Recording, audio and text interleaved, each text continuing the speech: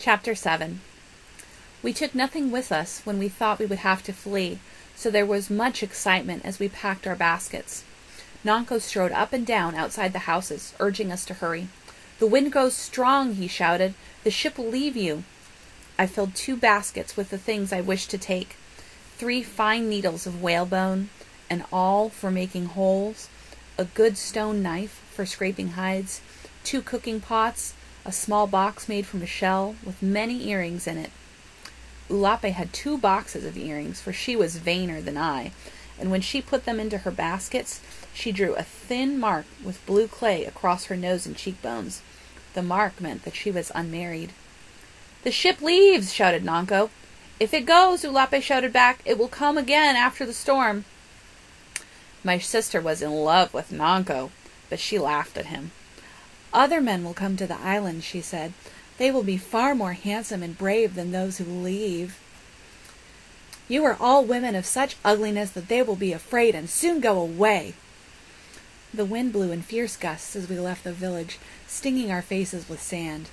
Ramo hopped along far in front with one of our baskets, but before long he ran back to say that he had forgotten his fishing spear.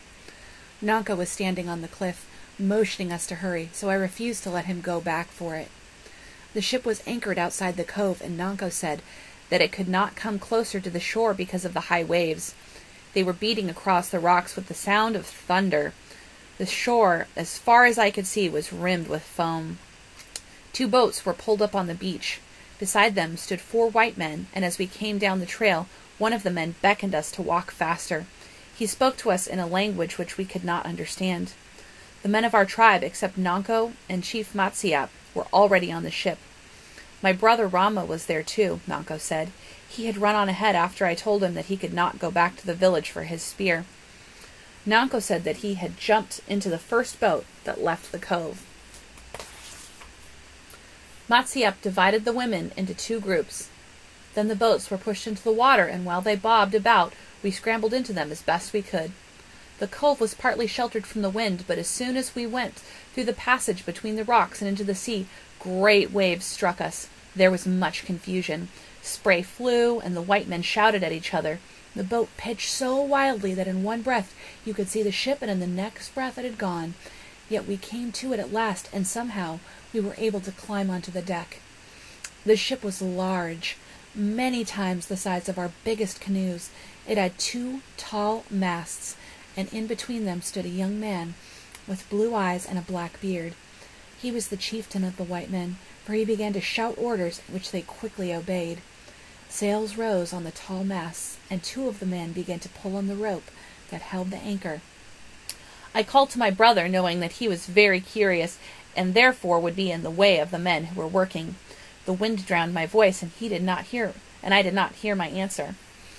The deck was so crowded that it was hard to move, but I went from one end to the other, calling his name. Still there was no answer. No one had seen him. At last I found Nonko.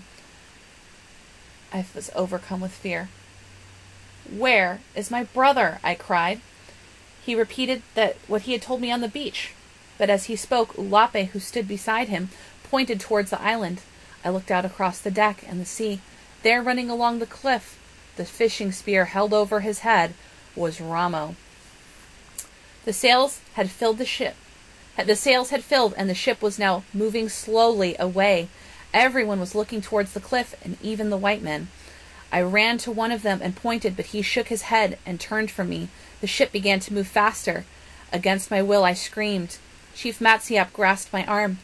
"We cannot wait for Ramo," he said. "If we do, the ship will be driven on the rocks." "We must!" I shouted. "We must!" "The ship will come back for him on another day," Matsiap said. "He will be safe. There is food for him to eat, and water to drink, and places to sleep." "No!" I cried. Matsiap's face was like a stone. He was not listening. I cried out once more, but my voice was lost in the howling wind. People gathered around me, saying again what Matsiap had said, yet I was not comforted by their words. Ramo had disappeared from the cliff, and I knew that he was now running along the trail that led to the beach. The ship began to circle the kelp beds, and I thought surely that it was going to return to the shore. I held my breath, waiting. Then slowly its direction changed. It pointed towards the east. At that moment I walked across the deck and though many hands tried to hold me back, I flung myself into the sea. A wave passed over my head, and I went down and down until I thought I would never behold the day again. The ship was far away when I rose. Only the sails showed through the spray. I was still clutching the basket that held all of my things, but it was very heavy, and I realized that I could not swim with it in my arms. Letting it sink, I started off towards the shore. I could barely see the 2 rocks that guarded the entrance to Coral Cove, but I was not fearful. Many times I had swum farther than this, although not in a storm. I kept thinking over and over as I swam how I would punish Ramo when I reached the shore, yet when I felt the sand under my feet and I saw him standing at the edge of the waves, holding his fishing spear and looking so forlorn, I forgot all those things that I planned to do. Instead, I fell to my knees and I put my arms around him. The ship had disappeared. "When will it come back?" Ramo asked. There were tears in his eyes. "Soon," I said.